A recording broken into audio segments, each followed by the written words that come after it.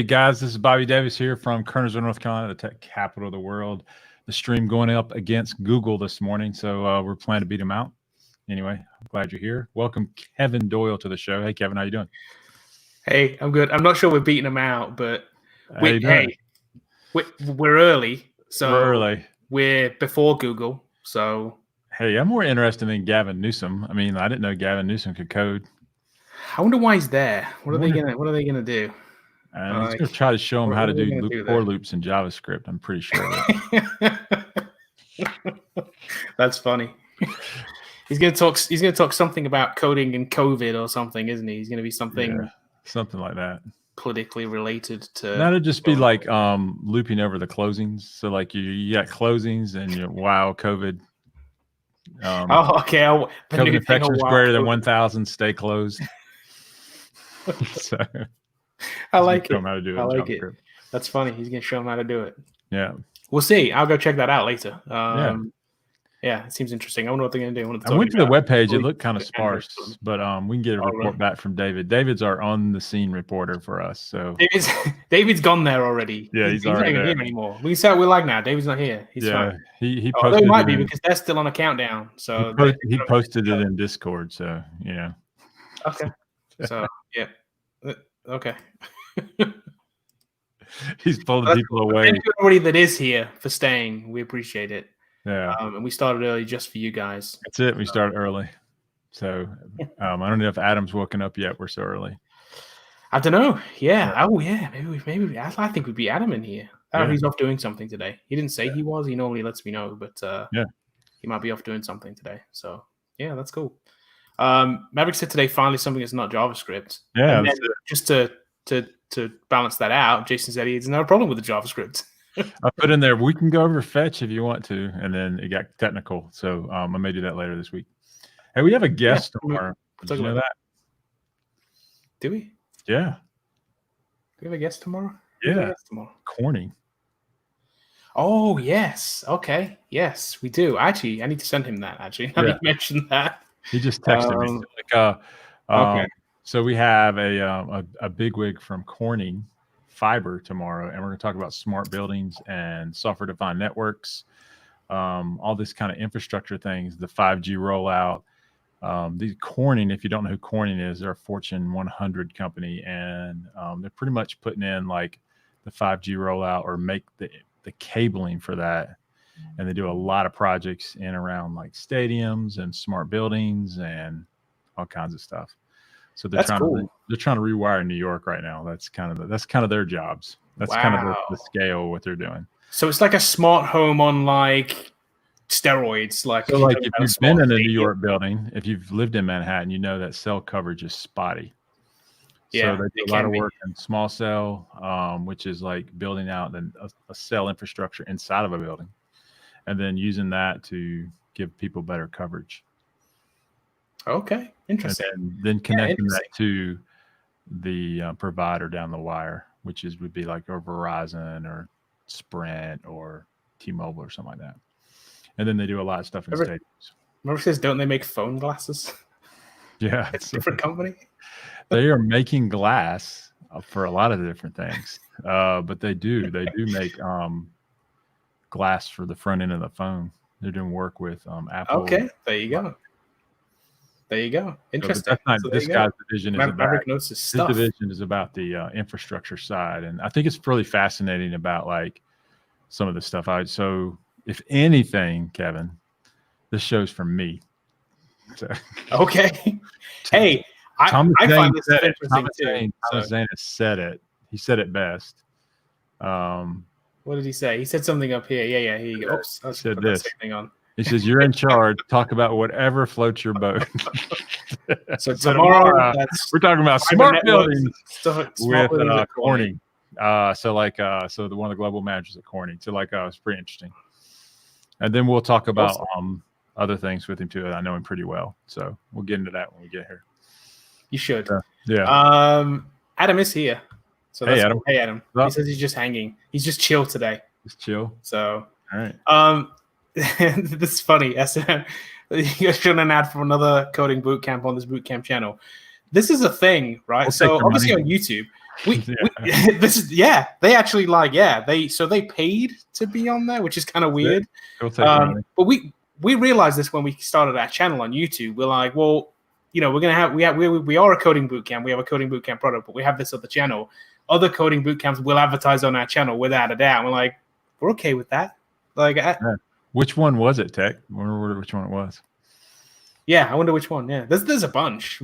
I see them all the time on my stuff, all the time. I think there's the top 5 in the US though. Probably. And here's what I do. When I'm on my account and I'm watching these videos and I see it and I see another bootcamp advertising on it, I watch it.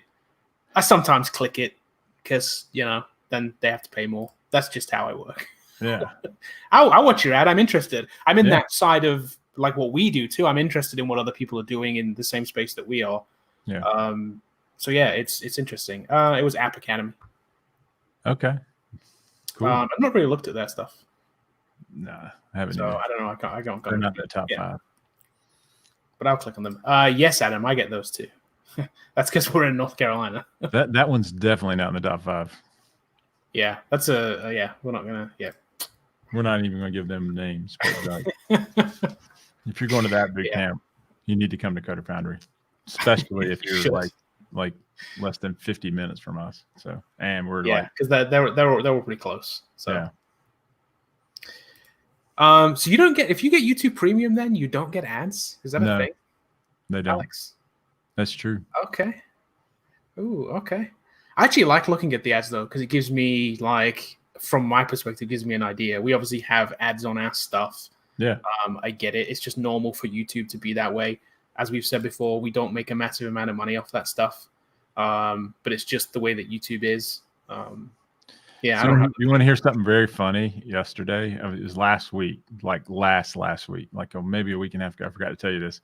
So I was sitting there talking to the guys, and they were asking me like, what are you doing at YouTube? Are you ever going to expand to different platforms and things like that? And they said, what do you think about Twitch? I'm like, well, Twitch is primarily gamers, and I was like, but you know what? I'm a Microsoft fanboy. I may just go to Mixer. This week. And then the day after, they closed it. It was literally the day before that. We were talking about it, and then they closed it. Like, well, I guess we're not going to Mixer, Kevin. Wow. We can get there. We still have a couple of days though. We could probably be on there for like 2 or 3 days. I think it closes July 10th or something. So, do you know why they closed it? Like, it just seems like I think it's a money thing. I think they just. I read the article about the guy who created Mixer and the technology behind it. So they actually do have a sub-second live channel. The only one like it in the planet. Twitch is like a 1 second and YouTube is a 3 second.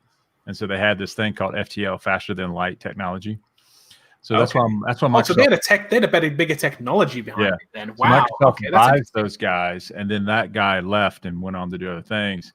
And then he just said that they just spent more money than it was worth. So Microsoft made a financial. Where they spent their money? They spent their money on bringing in talent. Yeah. They got that ninja guy and that other guy, and they spent millions bringing these guys in, and then they're like, maybe it's not what we want to do. Which is interesting. They signed exclusivity on these things. Yeah, tech, and then Mixer died. So that's true. That's what happened. Exactly. That's true what happened. That's so what happened. That's kind of funny. Hey, I'm just gonna. They're going to Facebook Gaming, those guys now. So it's Twitch, Facebook Gaming. So we'll see. Okay. I don't know. I think honestly, man, Microsoft probably said our money is going to be made with Teams. That's kind of where we play. That's where we're best at. We would like to be in the pop culture side, but Twitch I think they often spread themselves too thin on some of this stuff. Yeah. That's the problem. Hey, I'm just looking at this actually. David said that quality is better than Google, and I'm actually just watching their feed now. I actually just see it. They're premiering their video. Are they? I guess they're doing this live, right? So that's interesting. They're doing something similar to us. Hold on, I'm gonna show you. Look, you're gonna show what Google's doing. Yeah, I'm gonna show what Google's doing over here. Look, because here you go. That's kind of what they're doing. Look, they have a thing like we have. Yeah. So that's interesting. That's cool. We got little slides and stuff. So interesting. Very cool. That was cool. I might watch that later. Let's see here. What else we got here? So Adam Facebook thinks gaming. Facebook gaming. Adam thinks they Facebook gaming is getting popular. Yeah, so Facebook gaming is going to sign those guys according to this article I read. We'll see. Oh, really? Okay. I've watched some guys on Facebook gaming, and I do like the platform. But Twitch, if you're an Amazon Prime member, you get Twitch Prime, so it's like that's a bonus. Yeah. And that's the thing that I learned last week too when I started reading about it, and this just says that I'm dumb. I'm just going to admit that I don't know everything. I did not know Twitch was owned by Amazon. Oh yeah, they don't talk. I didn't know that. I mean, like I never knew that, and I knew Mixer was owned by Microsoft. I don't know why I knew that. I guess because it was integrated on the Xbox platform. But like, just I wonder how they're going to go live from Xbox now. I wonder what they're going to do. Twitch. I guess they will. I'm going to try that tonight. And yes, I saw this too. Yeah. I don't know what the deal is with that. The whole Dr. Disrespect thing, but it's interesting. They pulled him like that, and like with no comment. I saw a thing yesterday. Somebody was talking about it from a legal perspective. They don't think it's like overtly a terrible legal thing. They think it's a general terms of service issue. And an excuse. One of the things that I saw, which was interesting, one of the conspiracy theories was they pulled him down because they wanted to get these other streamers back onto their platform. So they used the terms of service thing to like be like, hey, okay, we'll push you out and get these guys back in again. Right. And so I think here's what I heard. My conspiracy theory was like Dr. Disrespect was talking to the other guys, and they were joining forces, and they were going to go join Facebook gaming. And so, like when he was working against them while being paid by them, I think they fired him for that. But I also read that his contract is guaranteed, and so like they're paying him no matter what. So he's probably like, fine, maybe I don't have to stream for a couple of months. I'll take my 15 mil. I'll take my 15 mil and go. Well, here's what I think these guys should really do. We've talked about this before, but there needs to be more competition in the space. They need to make a competitor. Yeah. They have the money, man. They have the money. I don't know if they do. I think it must be expensive, man, like to get those eyeballs. I don't know. I guess, but between them, they have the money. They're paid millions of dollars to do this. They definitely have some cash in the bank. Yeah. And it could be that too. It could be that. Well, but these guys don't need publicity at this point. I mean, they're kind of famous. The thing that I like about it is here's the other kind of like whole like conspiracy theory. We're going down the rabbit hole now, and like Nick thinks so. Yeah. So the conspiracy your opinion. The conspiracy theory is that Spotify is building a streaming service. Okay, I could see that. And that Dr. Disrespect and Ninja and these guys are going to the new Spotify service. Okay. And they just shelled out $100 million for Joe Rogan. So I can see that. They have the infrastructure. Money. What's the difference? Is there a much difference between video and audio? I don't know. Probably not. It's probably easy to build on a network that's already there. But if the kid that built Mixer suddenly shows up in Spotify, it just tells you what's going to happen. Well, that's true. Yeah. So like, I don't know. We'll see what happens. But supposedly technology is going to be. Yeah. We're going to start that right now. So anyway, enough of that. Like for the first 15 minutes. But yes, I'm here for a reason. It's like, I want to learn how to interview. Let's talk about interviewing stuff. So we've talked about interviewing on another one of these videos before. We talked about, we had one technique, which we'll talk about briefly here a little bit too. But there's some other things. So we talked about open, redirect, and show before as a technique. Yeah. But I thought we'd talk about some other sort of like start out with some soft skill style stuff. Right.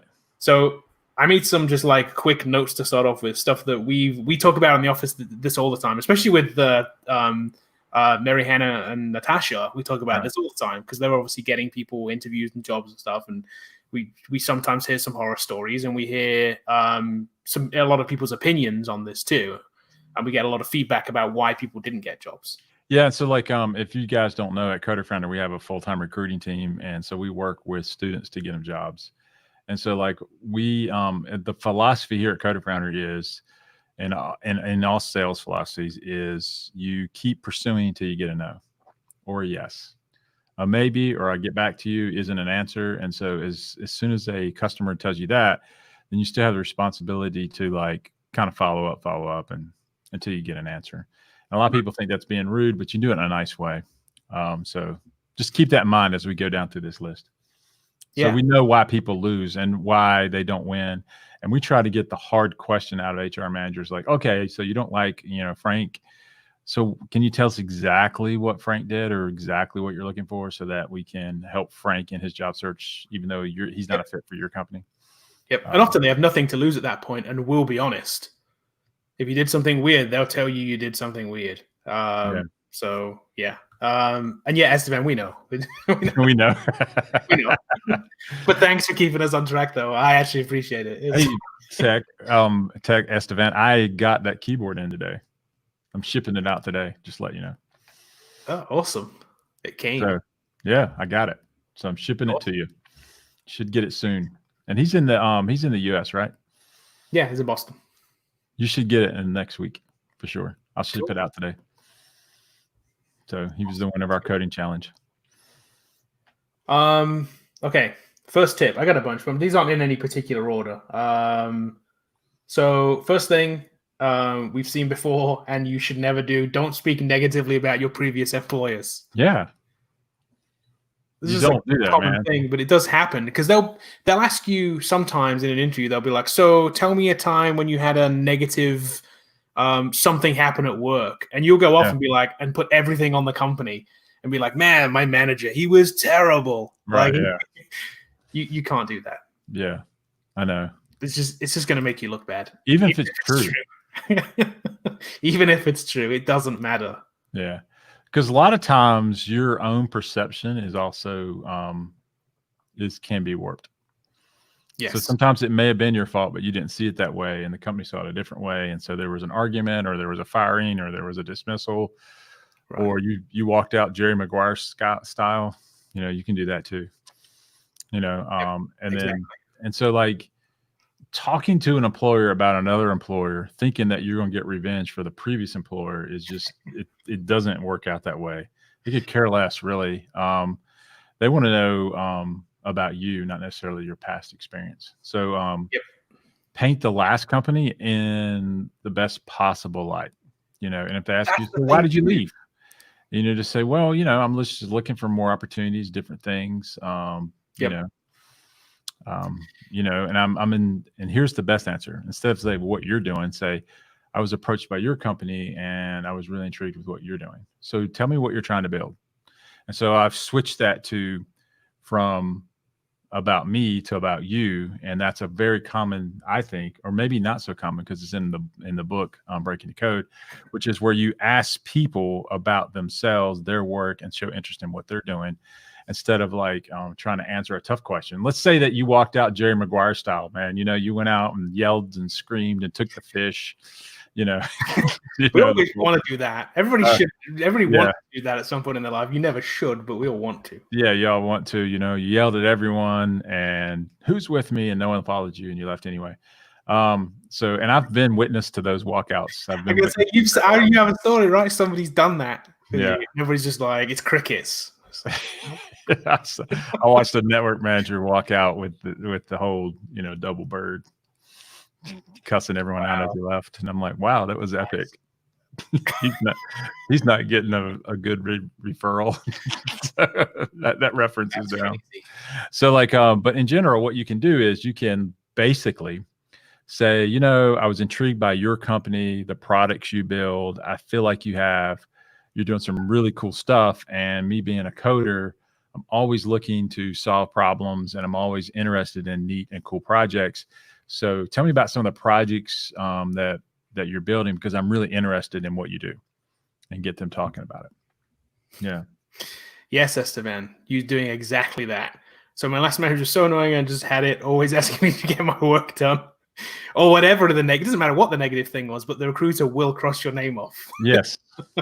It's gonna make you look bad if you're in an interview, for sure. Plus, here's the other thing too. You ultimately want every company you've ever been with, you want them to be the best of the best. You want them to be up here all the time. You don't want to badmouth them at all, because you have to put them on your resume. You have to say that you've worked there. You want them to be successful. You want them to be the greatest thing ever, right? Because you were there. You did something there. You helped that. So you definitely want them to look good and not look bad. Even if you want to, you shouldn't do that. And don't do that, man. And Matt, even though I know the source of that comment. Matt knows, man. Matt knows, and I know Matt knows. We can't go into it any further. I'm under NDA, but it's but yes, Matt. Yeah, I know what you're talking about. Yeah. So what's Fury Papa saying? Fury Papa. Oh yeah, he says this trick actually works. I personally experienced it. So there you go. And what I want to do is to rephrase that with people, because I got accused of this before, like Jedi mind tricks and influencing people and like some kind of devious motivation. It's just a common technique that you can use to have a conversation. And so I've always took this to dating. Like if you're trying to date a girl or a guy or whatever, and you just talk about you the whole time, that two-way street of communication never gets established, and you don't get that follow-up date, So very rarely do you go on a date and use my Jedi mind trick. You get it all the way to marriage, and then 3 weeks later, the wife says, "You tricked me in that first date." I'm calling the lawyers right now. It's not that, you're not going to get fired post-hiring process because the hiring manager felt like you tricked them with a minimum. They watched the Codefined YouTube channel and they're like, dude, that Bobby Davis showed Fury Papa how to trick me into hiring him. It's not trick. It's just a technique showing interest. It's called being a nice person. It's called being empathetic. It's called a lot of things. And you just don't need to bring your anger to an interview, even if the last place was the worst place ever. Like with rats falling out of the ceiling. It's just awful. Yep. You just don't need to bring that into it. You say they had an on-site zoo. You just spin everything positive. So Maverick and MSV are asking on Facebook too. We are Facebook and YouTube every day. Yeah, Matt's comments on Facebook. Most of you guys are on YouTube. We don't really get comments on YouTube. We used to be on Facebook too. Yes. I did set us up with a Twitch account. We may do Twitch at some point instead of Facebook. There's not many of those coders out there. Do you think we can corner the coding market on Twitch? I don't know. Maybe live coding. Maybe. Yeah, maybe we'll see. So we may do that. So that might happen. So Thomas Zan is asking. So would that be a mistake? Asking them about their product. So this is one of the things that we do talk about too. This is an exact technique that we talk about. So Thomas you're partially correct. You're right. And I think I just didn't explain it in detail enough.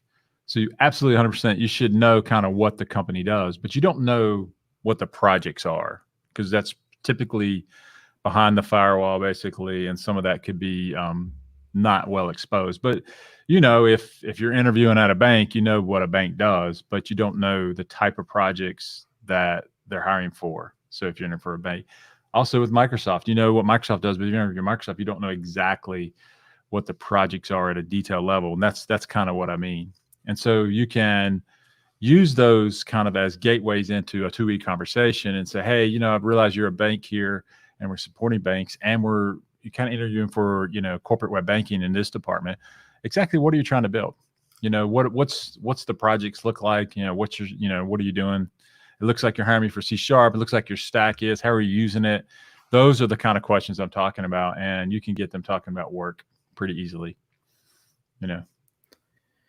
Yeah, definitely. But one of the other tips though is do research before you show up too. Yes, You can't find out exactly what projects it's going to be, but you should know a little bit about the company. Know a little bit about the company and what they do overall, but also look at if you know who your interviewer is too, look them up on LinkedIn. Yeah, exactly. Know a little bit about the person. Right. Let's say they're into scuba diving or something. Yeah, maybe a way you can, maybe you have something in common, something like that. Yeah. The other thing too, man, this is why I don't know why even some of our students won't work with recruiters and why people think recruiters are bad. If you're working with a recruiter, you can ask that recruiter about the hiring manager and I guarantee you they're going to know some inside baseball. Yep. Because they want you to get hired. And so they can ask about the project beforehand and then relay that information to you. So I think that's kind of cool. Yep. Definitely. Okay. Another tip that I made a note for: always respond truthfully to questions asked. Yeah, I think so. If you And don't know so the answer to something, don't guess. don't guess You or don't know, BS. or you can say this as a guess. Yeah, you can do. Don't state a fact if you know it's not a fact, I guess. Yeah. Yeah, don't lie. It's way worse. Just say you don't know. Yeah, say, I don't really know about that. I mean, can you rephrase the question? Or, if it's one of those technical jargon questions, the worst thing you can do is BS the interviewer, and Yep. then you don't get hired. You just Yep. make stuff up. Pure on that, you might otherwise be the perfect candidate. Right. Yeah. They won't hire you because you lied on a question. And the same goes for your resume, really, too, as well. Don't lie on a resume. I saw a stat a while ago, and I forget what it was, but it was alarmingly high, the amount of people that had put fake things on their resume. I was like, in this day and age, how do you get away with that? One check, and you're kind of ruined. So we had a guy that got an offer at Microsoft, and they did education verification. He didn't go to that college. Oh, man. I vaguely remember that. I felt so bad. In other words, like they hired him. They didn't hire him because of the education. They hired him because of that. Yeah. But once that failed, they had to Yeah. cut him Of loose. course. It says something about character. Yeah. Or it's just like, people get upset and, Right. um, so that's kind of cool. So like Yeah. just try to tell the truth. They definitely. Thomas, like, is it bad practice to message people on LinkedIn and chat with them beforehand? I don't think so, man. I mean, like if you can get a chat going, if they don't want to talk to you, they won't. I don't think it's a bad conversation. Just be careful with what you're asking or what you want the purpose out of that. But like you may be chatting with them LinkedIn just to set up an interview. Yep. But definitely, you can say something like, if you're interviewing with, some lady at the company, say, hey, thank you for taking time to interview anymore. I can't wait to meet you. I'd like to connect with you on LinkedIn, and blah, blah, blah, So I think that can work. Yeah, definitely. So Beth makes this good point too. Yes, if you look somebody up on LinkedIn, they will see that you've looked at their profile too. unless you do the private mode. Exactly, potentially. Yeah. There is ways to get around that, but you probably want this though. Yeah. To know doing my research. it's like, I'm doing my research. Yeah, I think it's a good thing. Yep, I think it's a good thing. Yeah, I don't think it matters. What if we say don't know more than 2 times? Interesting. I don't know. I don't know if they're counting. Yeah. Depends on the question, right? Right. If it's 2 technical questions in a row that you don't know, or 2 or 3 questions that you don't know, you're going to kind of be in trouble. One of our techniques, as we'll talk about in a little bit, is knowing the answers to the technical questions. Right. Exactly. So you might be in trouble if that's the case. Sorry. Yeah. So like you just work on those things. And then what I would do, SV, is when you get those technical questions you didn't know is take a mental note or bring a notebook and write them down. And then research them after that. And then if you want to send a follow-up, which I think one of our things is about follow-up, and say, hey, I thought about your question. I was nervous, or I did a little bit of research, and just tell them what the answer was. I would love to work there, but, just show follow-up, show initiative, and then just take those as notes for the next interview, even if you don't get hired to that one. You just need one yes. If that takes 30 no's to get a yes, that's fine. Don't quit after the first no. Yep. My next sort of easy tip in this before we get to more technical stuff, show up early. Yeah. 10 to 15 minutes. Yeah. And when I say show up early, 10 to 15 minutes, I don't mean knock on the door 10 to 15 minutes early. Knock on the door maybe 5 minutes early, maybe 3 minutes early. Right. But be in the vicinity of where you need to be 10 to 15 minutes early, whether that's waiting in the car outside, sitting at a bus station outside, whatever it is, just be there early. Early is always better than late. Late's just, you're going to have a giant mark against you if you're late. It just looks bad. A lot of people will see it as like you're showing a little bit of disrespect for their time, like your time is more valuable than theirs, and it's a hard thing to get past if you've made that first impression. Exactly. And I think that a lot of times, like you can drive there before. If these interviews really matter and you're trying to break in your first job, you definitely should try to drive there before. Make sure you know the way. Leave early enough in case there's a wreck, traffic, or whatever it is. If you're doing this through Zoom, make sure you have a good mic. I mean, like all that kind of stuff will hamper you from.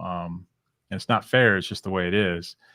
Make sure you have a plugged-in Ethernet connection. Make sure your Wi-Fi is up to snuff. If it's not, go borrow someone's Wi-Fi.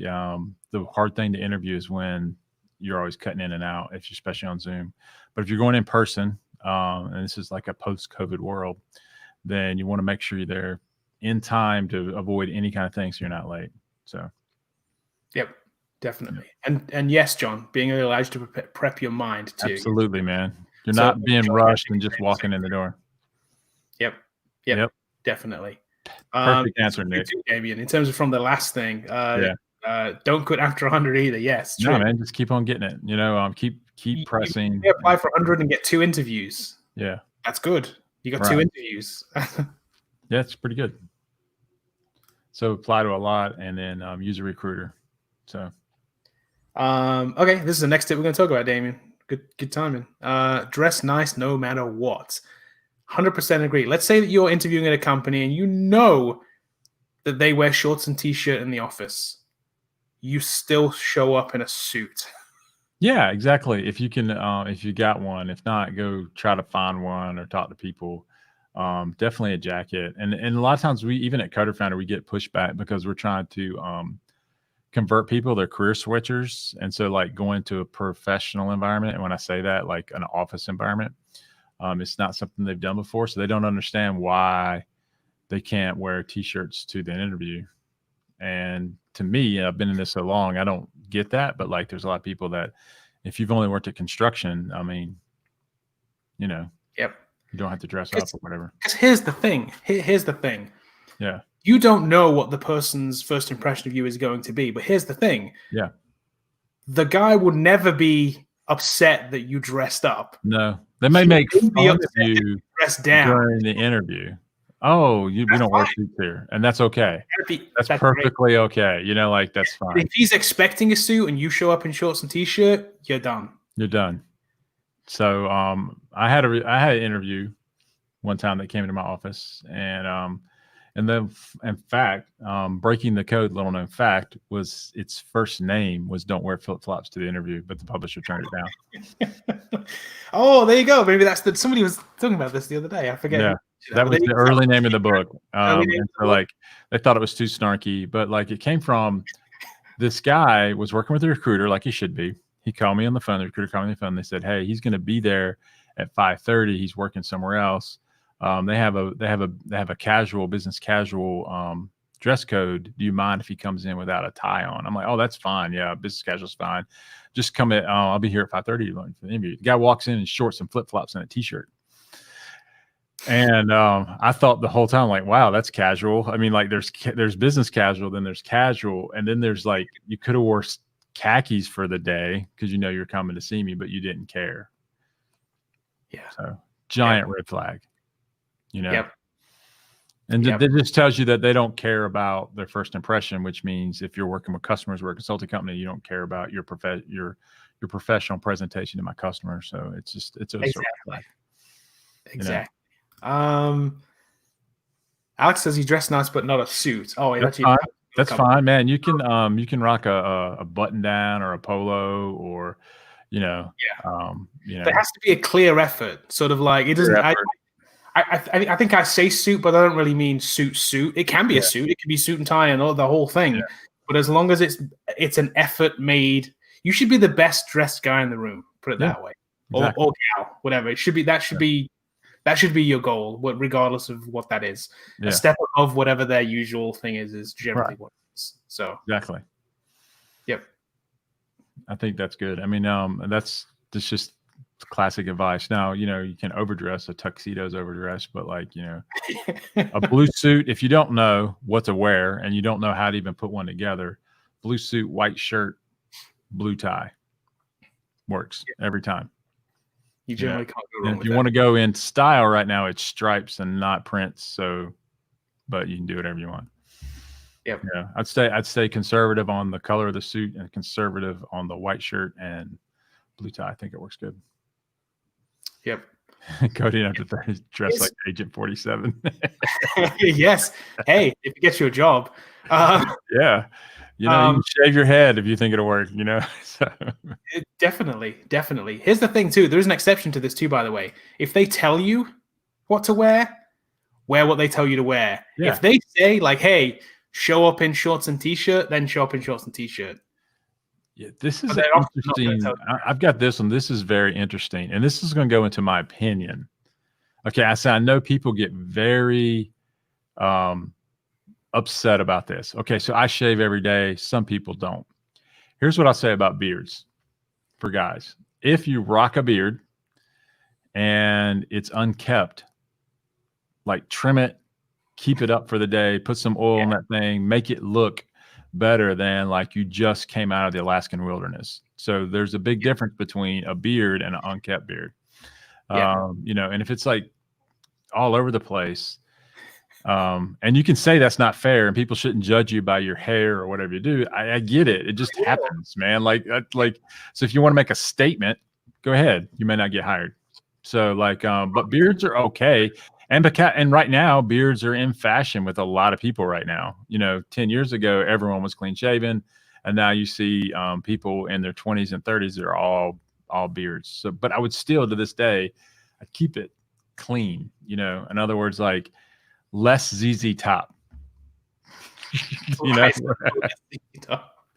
That's a classic reference right there. Okay. So if you don't know who ZZ Top is, you know, we can show you. But like, just kind of like make it look like you care about what you look like. You've combed your hair, you know, you've gotten ready for work, that kind of stuff. Same thing with ponytails. They're fine. Just make sure it's not unwieldy. You know, pull it back, do something with it, make it, you know.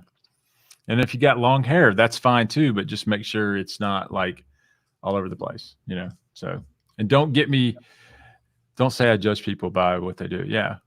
Well, see, even his middle beard is kind of like put together a little bit, you know? Yeah, but less of this. Less of this. Oh, it's funny. I could be wrong. I mean, but that's just my opinion. But if you want to go in there rocking a beard, that's fine too. I mean, so like, I don't think it should matter. I just think it does. Oh, here you go. This is interesting too. We had a friend that worked in marketing for Harley Davidson, and every time he wore a suit and tie, one of the VPs would show up with scissors and cut it in half. So company culture matters, yes, but you have to know that. But he's there. He's working there already. That's Harley Davidson. Yeah. So Harley Davidson has a brand, and Harley Davidson has a look. So like, but I guarantee if they interview, they're not going to cut your tie off during the interview. You know, so like they're going to give you the company stuff to wear. So. Oh, Matt. That's a ZZ Top song reference. See, ZZ Top knew it. That's funny. See, I think even John's groaning. The sharp reference. Yes. So. And they think it's funny you're getting grooming advice from you. And this is probably true, Adam, too. Quarantine beard's just an excuse. But if you got to go interview, you got to say, "Hey, excuse my quarantine beard, man." You know. But you can put it together. You can trim it a little bit, you know. That's all we're saying. All right. So what else we got? Okay. Let me see. I think my last. Hold on. I had one other tip. If you notice it. Oh yes. The end of an interview will often ask you, "You have any questions?" Yeah. You don't want to say no. Exactly. So there's two bad questions for this, and this goes back to why you should work with recruiters. The first one is, I really don't have anything. I'll see myself out the door. That shows that you don't want to work there. You know, like you're ending the conversation, and so you don't want the job. Okay, so you can make statements. Hey, you got any questions for me? You can make a statement and you say, no, I'd really like to just tell you, I'd really like to be here. I've enjoyed our conversation. I'm fascinated by the work here. Do you think I could start next Tuesday? So like, I've done that. But then I was like, well, we'll get back to you. So like, that's fair enough.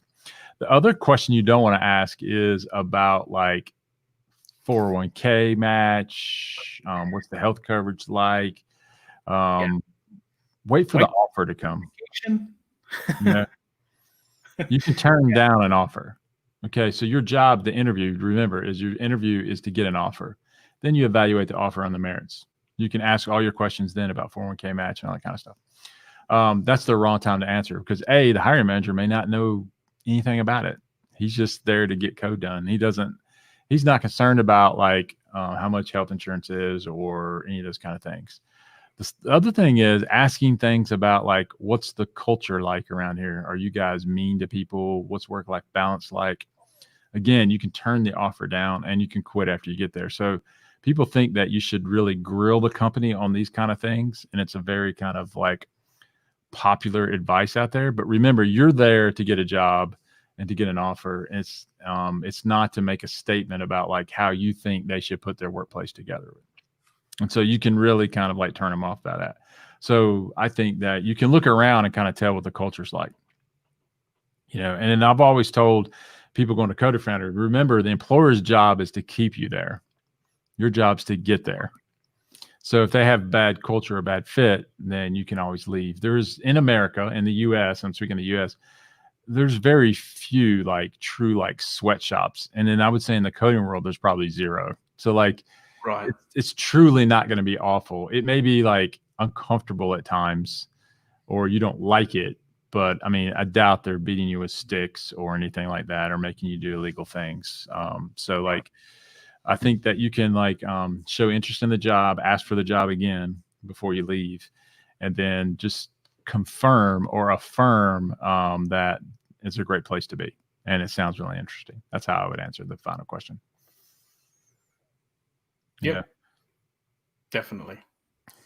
Let me look here. What did Damien say?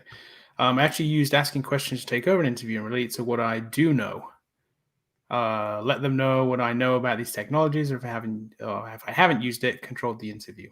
And where did Damien go to school? I believe he came to Coder Foundry. He came to Coder Foundry, and that's what we say. Yes, it does matter, and controlling the interview does matter. I mean, absolutely 100%. It does matter. So basically, once they give you the opening. It's a good question, BK. Thanks for the question. Can you ask a feedback from your interview? Yeah, I'd follow that up with an email, and I'd follow it up with either a LinkedIn in-person message. If you're working with a recruiter, the recruiter will get it for you. Don't make them make a decision right then and there necessarily. So, and typically, BK, you'll know kind of how you did. You can get a feel for the room. You feel like what I did, and we're all interested. But what I would do is, and this is the other thing that people don't do. They send a resume, they interview, and then they don't follow up. And so like you save some stuff for follow-up, which is like, hey, John, I enjoyed working out, interviewing with you today. I would like a question for my own personal edification. How do you think I did? And if I did well, do you still see me as a fit for your company? I would love to work here. Hey, thanks for taking the time to interview me. I hope that you can give me some feedback. It's fair enough. And then you may make a friend, and then BK, they might say, you know what, you're not really a fit for organization, BK, but I know a person over here that would love to work with you, and then and that question is certainly not going to offend anybody. No, and then you build a bridge so that maybe 2 years from now, you're back in front of that person again. Maybe they've moved on to a different place or whatever. And you may get the offer at that time. So always build bridges, don't burn them. This is also something that a recruiter will help you with as well, because as we mentioned at the beginning, you will work to a no or an offer, right? Yeah, so exactly. A recruiter will keep working towards a no, and they'll try and find out why you didn't get it and what happened in the interview process. And the hiring manager may be more open to a recruiter too. They have that, they're both working on the same thing. They may tell them honestly or give them a more honest answer than they may give you. They might try and not hurt your feelings. So again, working with a recruiter in that respect is going to get you a better answer. So MSC wants to know, does his accent matter? I'm assuming you're from overseas. That's why you're asking the question. I think it can to some degree, but it shouldn't matter in the U.S. as much, especially if you're from India. That's becoming less and less an issue. Yep.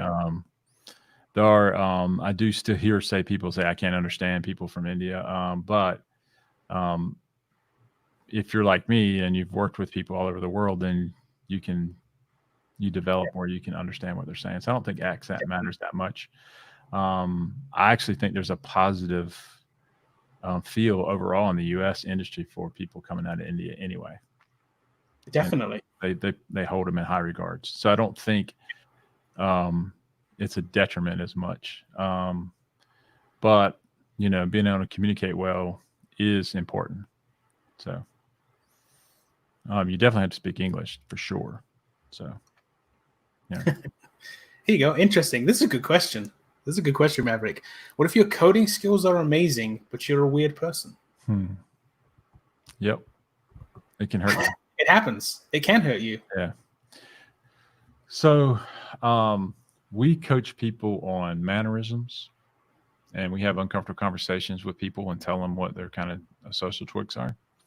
Yeah. And I remember working with some guy, and I gave him some techniques because he would do things with his hands when he talked. And I said, this is what you need to do.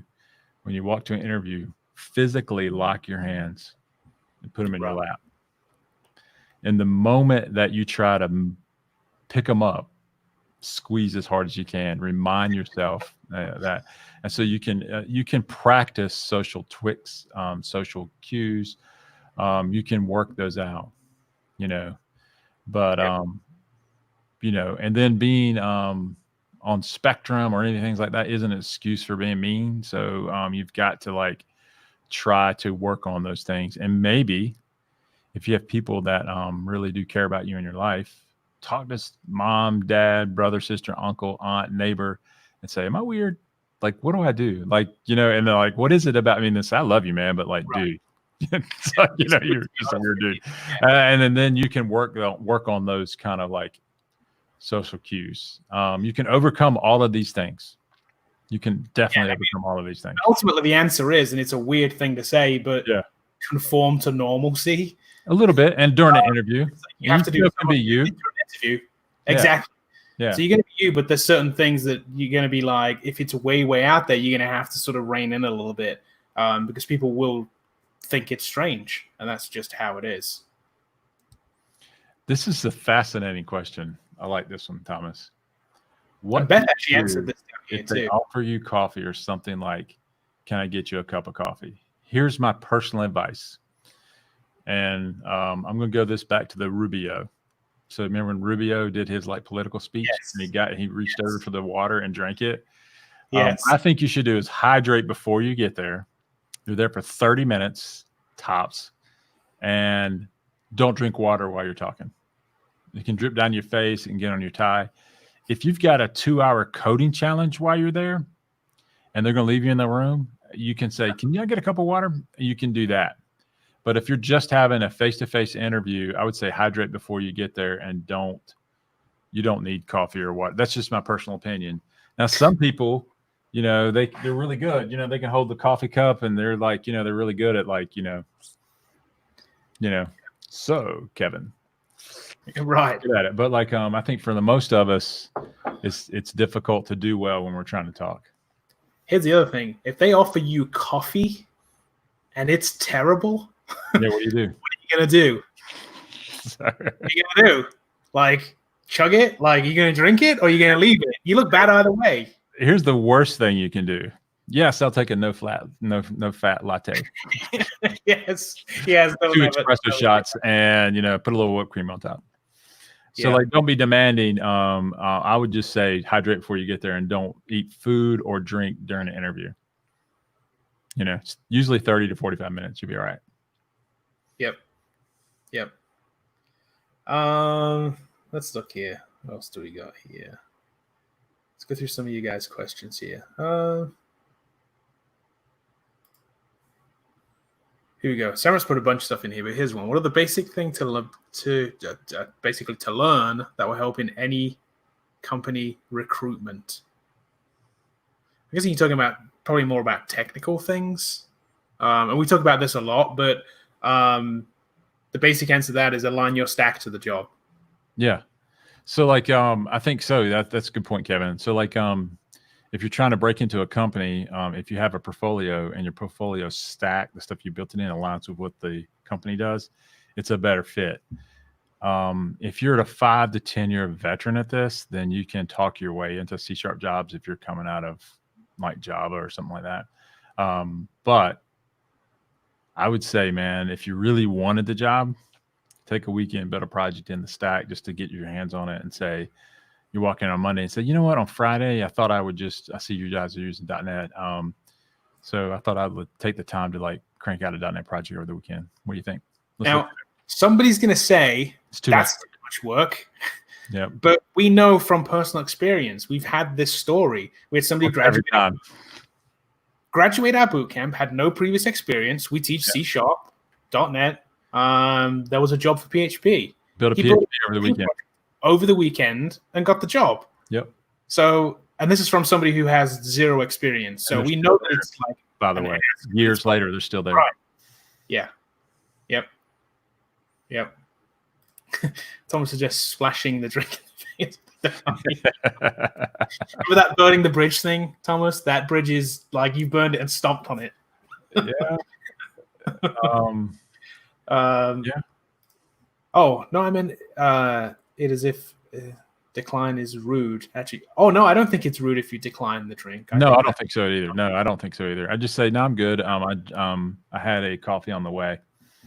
Yeah. You know, or something like that. I'm really good. I don't think it's rude. No, I think it's fine. Yeah, if you come over for dinner at someone's house and they say, you want something to eat, you know, it'd be rude to turn it down. Right. Exactly. But or unless you're interviewing at Starbucks. Yeah. Coffee at Starbucks. Coffee. Yeah. You know, just like the cigarette factories, Kevin, they offer you cigarettes. Right. You better know going in, you're going to have to smoke. Oh my gosh. That was I was doing a consulting gig and it's just like, it's so weird. So I'm not a smoker, you know, but like you walk into this factory and there's just a bowl of cigarettes in the middle, like candy. That's crazy. People are just picking them out and smoking them. I'm glad that that's the one thing where I'm glad government stepped in. But like, you know, so that's the one where I would turn it down. Now I don't smoke. I'm good. So, you know. Yeah, that's nuts. Well, you're right. No, I'd be the same. I'd be like, no, that's not for me. But thanks anyway. I think it's okay. I'm down. I think it's fine. Oh my goodness. Thomas has got another one.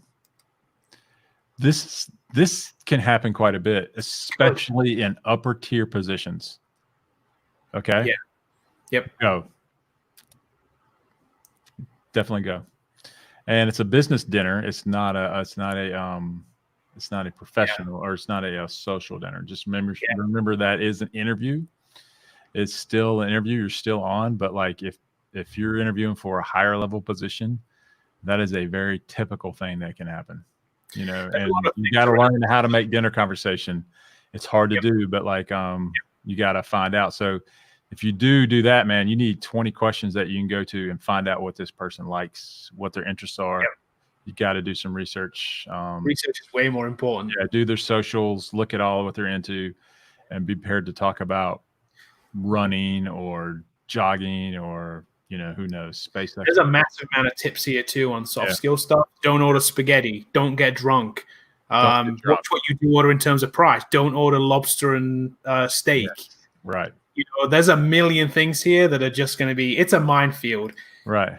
If you can avoid it, avoid it. But if you don't suggest it, but if it is suggested to you, and there's another option, take the other option. I would. Yeah. Look at this one. Thing, but. Oh, good question. I like that question. 1000% yes. And if you can afford it, have a mini projector. On the ready. Yeah, on the go. Now, what I will say about your laptop, and I'll say this about the mini projector and anything that you want to do, make sure you know how to hook that up like that. Make sure that if you have a laptop that it's going to boot in less than like 3 minutes. It doesn't take in 30 minutes to come up. Make sure that if you're going to show your laptop, that you clean your desktop off and you've cleared your browser history, all those kind of things. so that stuff doesn't just pop up by accident, that kind of stuff. So like typically there's some like separate like desktops that you the type of software you can buy for Windows. Mac is really good at this, where you can do it. And then you have a presentation side of your laptop. So, and if you're selling for a living, I can recommend this too. I mean, I can tell you, I've been in presentations from people and I've seen them share their screen and you're like, whoops. Right. You're not getting hired today.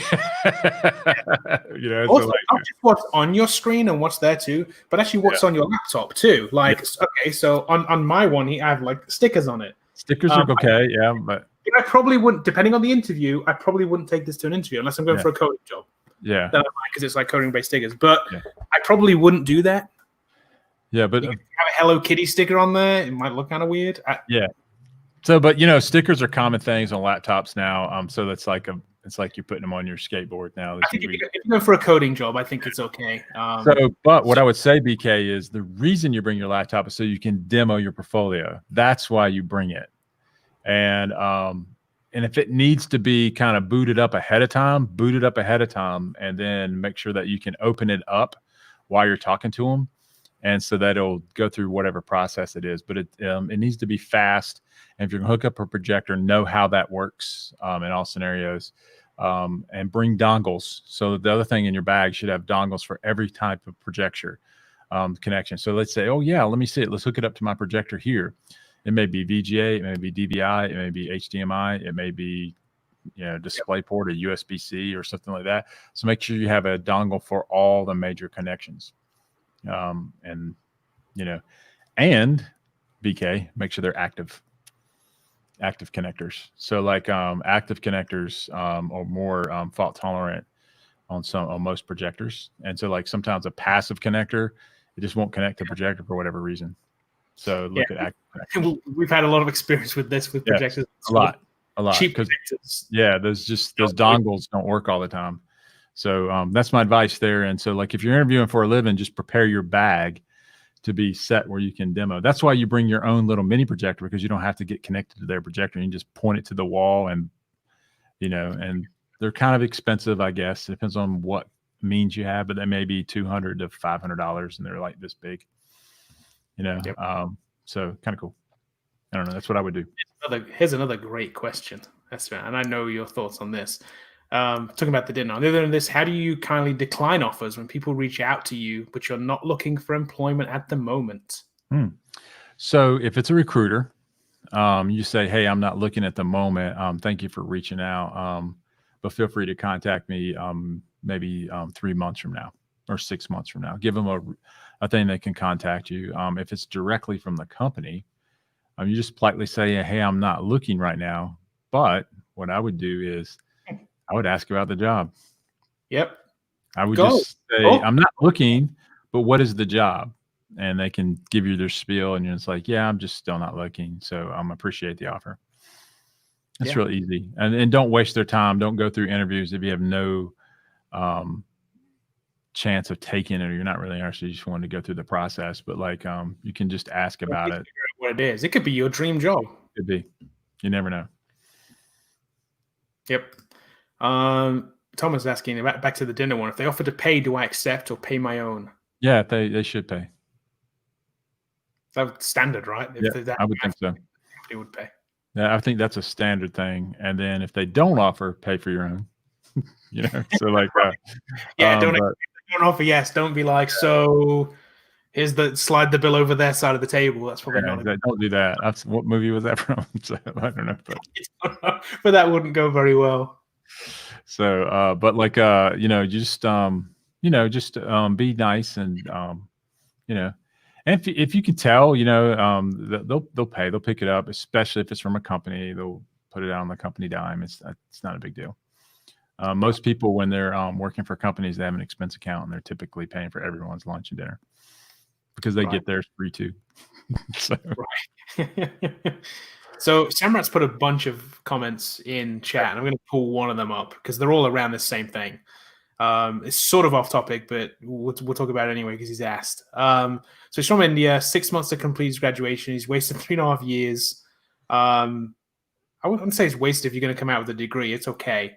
Then what to learn in the 6 months to secure a job. So we're just asking what he actually needs to learn to secure a job. I think we've talked about this a little bit already, but so in general, I don't know every job market on the planet. So I would look at a job search site. I believe Indeed operates in India. If it doesn't, I'm sure there's a similar service like Indeed.com where you can look and see what type of openings there are in your area.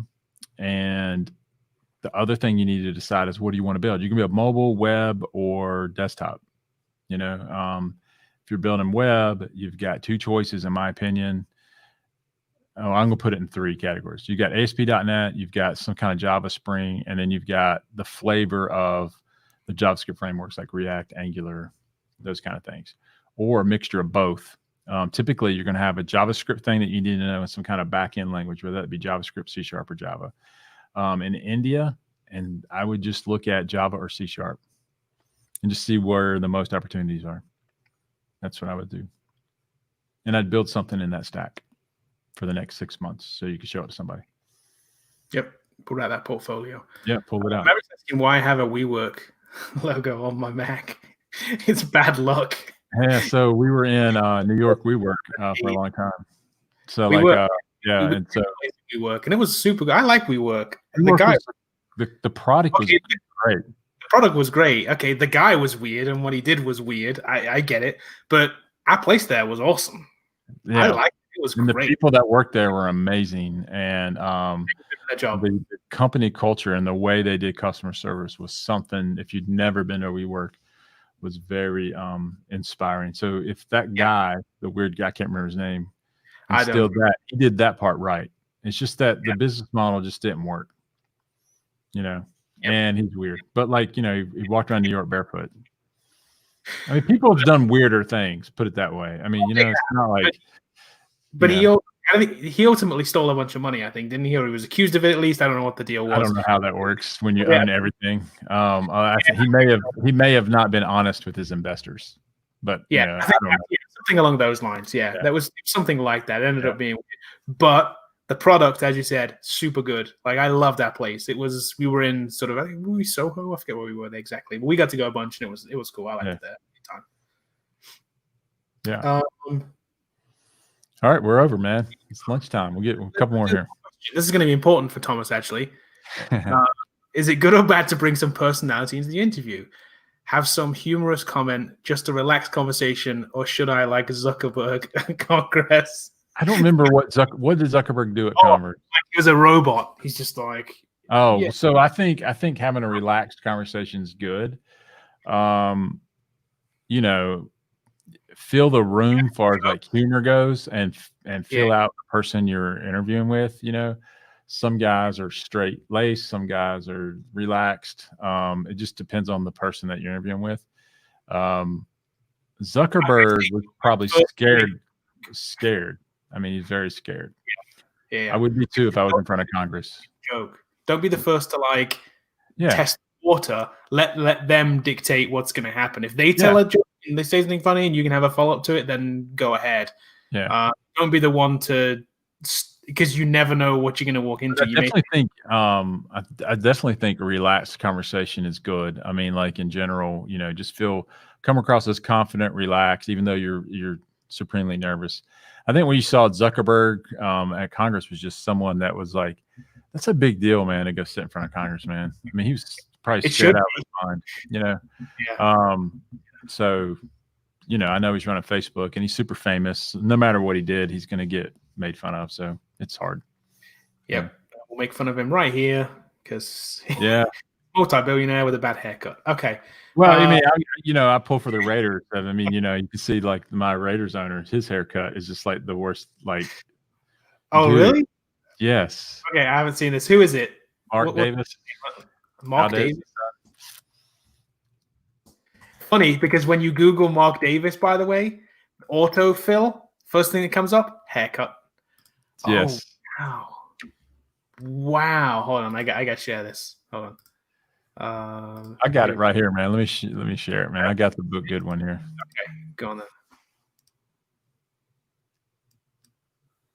Look at this thing, man. What is that about?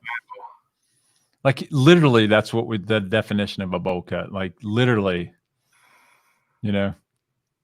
Wow. So, okay, that's interesting. That's bad. That's so like, but he's a multi-billionaire. I mean, I guess they say they're the poorest team in the NFL, but just like, yeah, but it's like poor, like exactly. It's relative. I remember a comic in an old comic in Marvel Land, and Thor and Iron Man were going to Area 51, and the Avengers had been defeated by Ultron or whatever, and they were walking up, and he goes, "We've got a new base here. I'm coming to Area 51."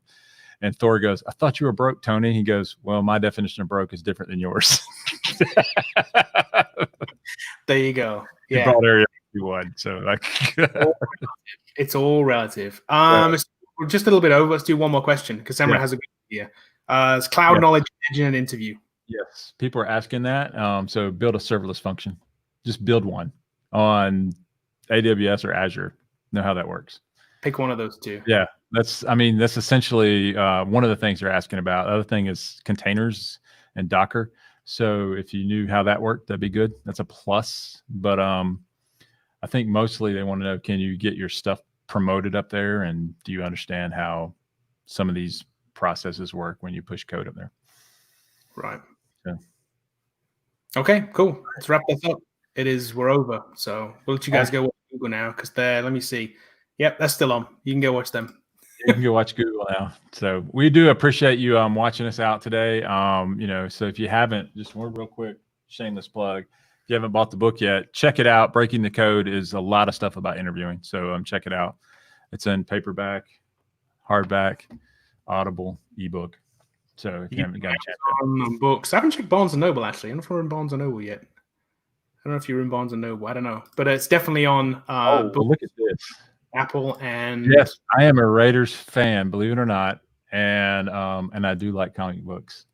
We are best friends now, BK. There you go.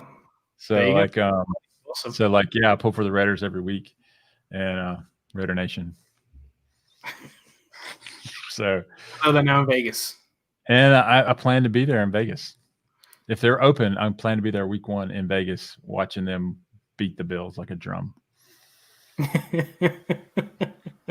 It'll be good. With a mask on. But see, when you wear a mask at a Raiders game, it's like expected anyway. So you just get a Darth Vader helmet and you're good to go.